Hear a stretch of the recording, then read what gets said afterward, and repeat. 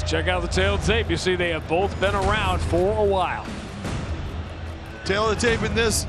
Take a look at the records. They're very close. The age is close. Everything is close. Even that reach, 68.5. And you're going to see that Andrew Fisher uses the reach very well. But Robert Whiteford, he's got the power. To Michael C. Williams.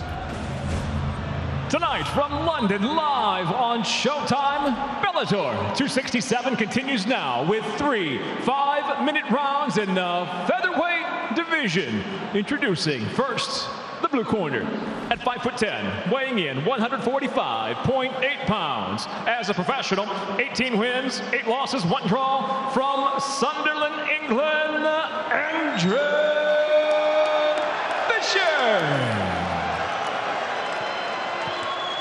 And across the cage, his adversary, fighting out of the red corner at 5'9", weighing in 144.8 pounds. His professional record, 16 victories, 4 defeats, from Fauldhouse, Scotland, presenting Robert the Hammer Whiteford. In charge, your referee, Jaron Villel.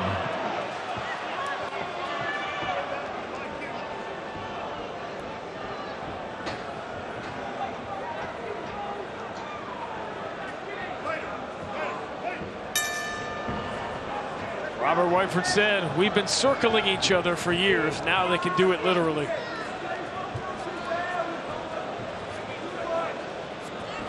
Whiteford, the veteran, the southpaw, as you see.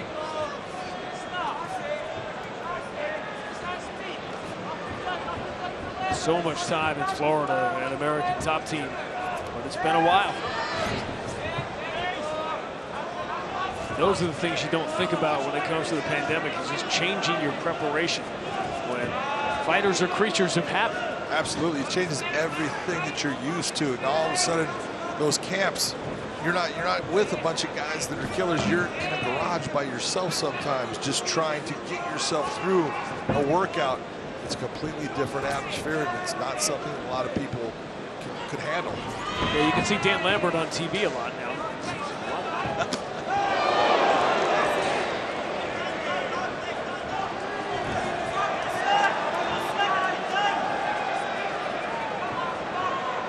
Get the two veterans who've been around each other for so long.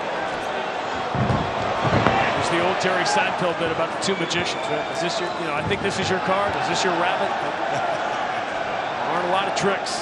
Well, right there, what you saw when you saw Robert actually grab the leg, almost throw Andrew Fisher down.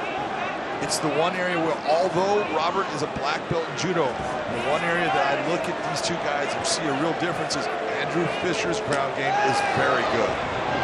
So we'll see if Robert wants to be on the ground. And he did. Opportunity was there.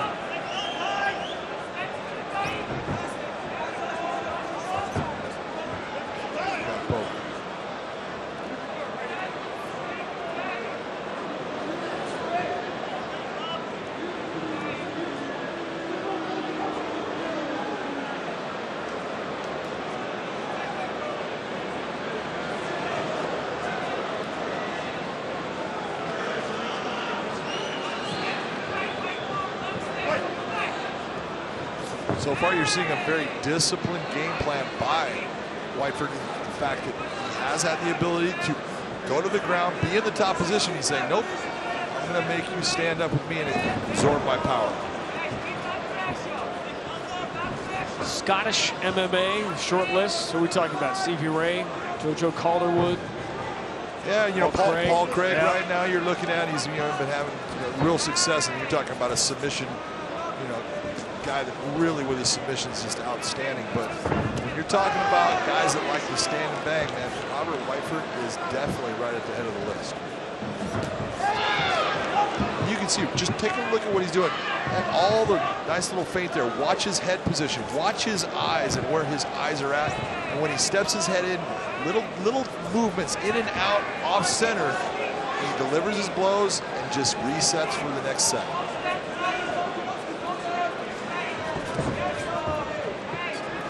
Straight forward. Dan catches the leg.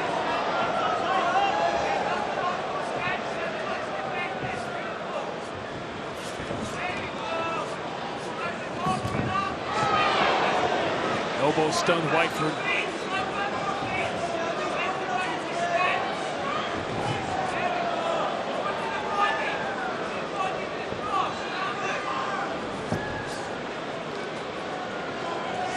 You can almost feel the respect these two have for each other and the knowledge of each other's game.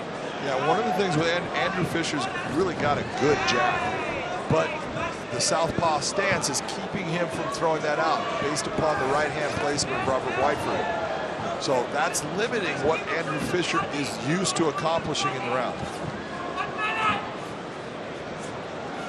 Opposite stance fights in boxing can either be thrilling or sometimes really bizarre. Yeah, absolutely. Is it the same in MMA? Absolutely, but the big difference is with what you're seeing in their stance right now, Whiteford being in the southpaw, and you're seeing that Fisher is in the orthodox. The body kick to Fisher is devastating. It's on the liver side. Yep. That could absolutely put you down, where it's not the same for him if he delivers the same type of kick to Whiteford. So there's little differences in everything, but it's a second poke.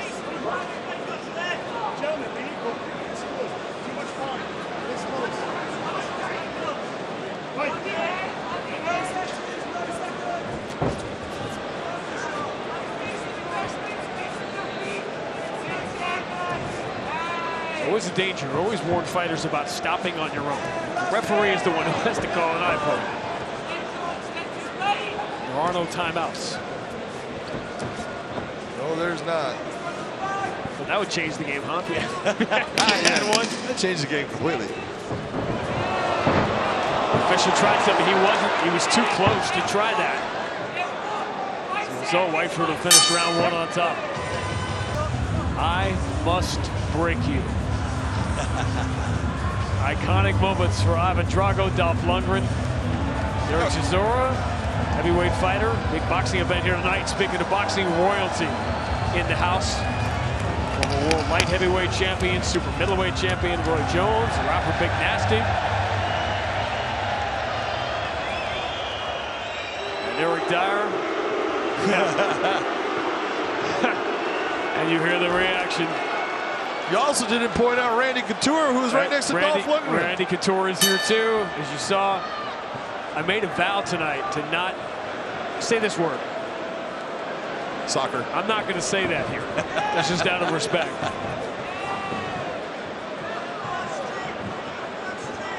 Wembley Stadium, literally across the street.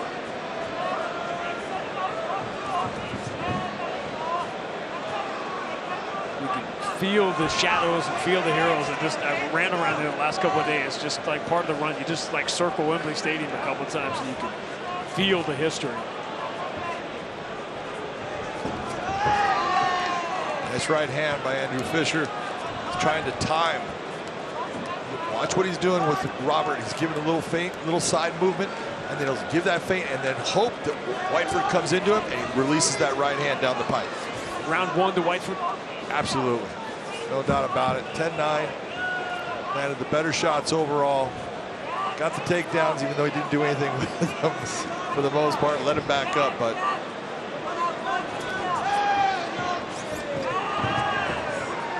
Whiteford really manages distance well. He does, and he understands coming inside and keeping his head in a certain place where he's going to be safe. A lot of fighters worry about being inside in range and being hit. He's looking the whole time. He understands exactly where to put his head. They always said that about William Wallace, his namesake. Controlled distance very well. At whatever he was, 6'7", 6'8". Oh, there's the head kick. Finally got through. He's been looking for that from the opening seconds of this fight. Nice timing and nice placement of that kick by Andrew Fisher.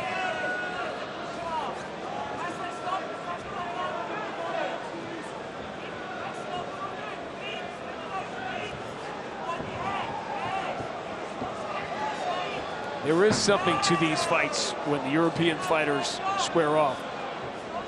We've seen so many of them come to the States, face maybe an American wrestler with the highlight, and it becomes no contest once the fight goes to the ground because of the difference there.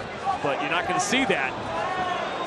Two guys coming straight at you. No, especially here in England. English fighters love to stand up and brawl. They are tough when it comes. You know what? Let's just throw our hands. It's like a whole man thing as far as this is what we're going to do. We're not going to go to the ground because I'm telling you right now, Andrew Fisher is good on the ground. He's not even looking to try to get this fight to the ground. The wrestling becomes a kryptonite. Look at Paul Dim, one of the greatest strikers in the history of the game. Absolutely. One of the biggest knockout artists. Oh. Boy, this is getting crazy now.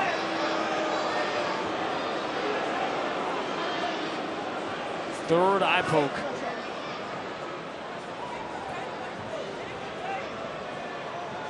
There it is right there. You saw the left hand come out.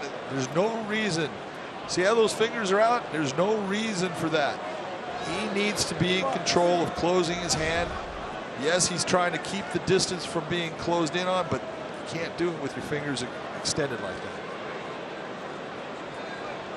Jared Burrell's calling for the doctor to come in and look.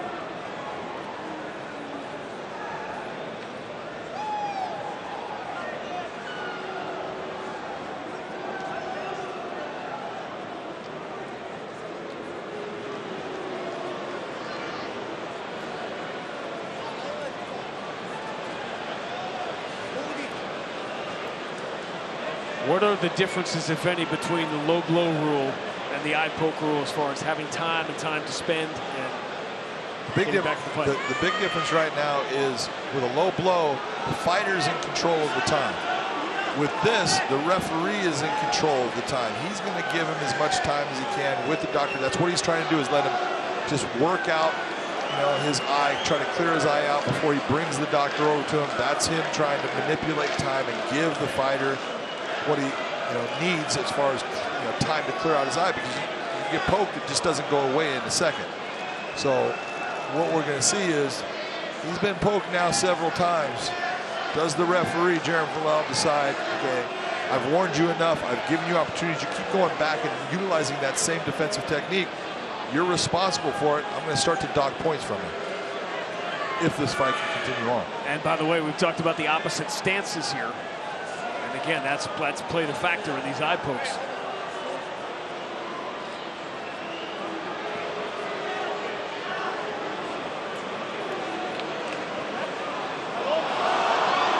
A very unfortunate way to end, but sometimes there's no choice. You can take a look right here. What happens? Watch the left hand of Fisher. It just comes out in a defensive fashion with his fingers extended.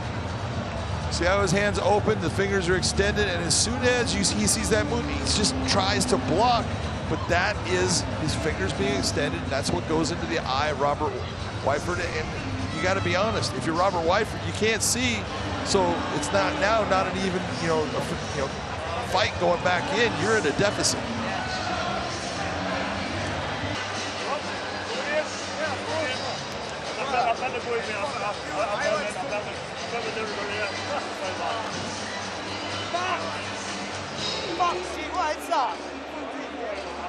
You never want to see a fight end in this fashion, but you can't expect Robert Whiteford to go on if he cannot see clearly.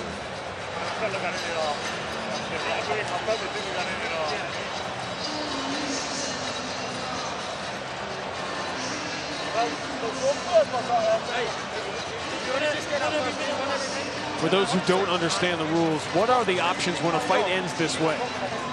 Well, ending it this way at this time, right now, under the unified rules, this fight would have had to have entered the third round for them to go to the judges' scorecards, meaning they had 2 rounds that were already scored. They would have scored the amount of time that they saw of the third round, and they can go to what's called a technical decision. But because this is not entered that third round, this is in the second round, the referee has 2 options here. He's going to either say that it wasn't intentional, and he's going to call it a no contest, or he's going to say, I believe it was an intentional act. I'm disqualifying Andrew Fisher and handing the victory to Robert Whiteford.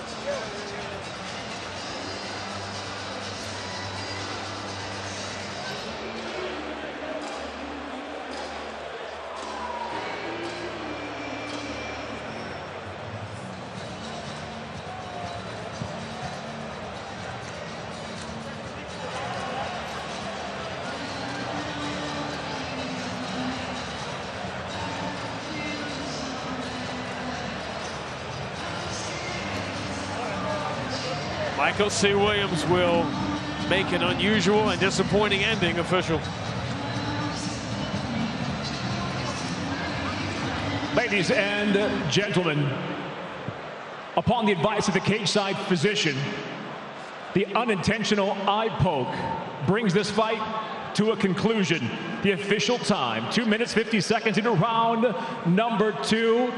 Having not gone long enough in time to score the contest, we have a no contest.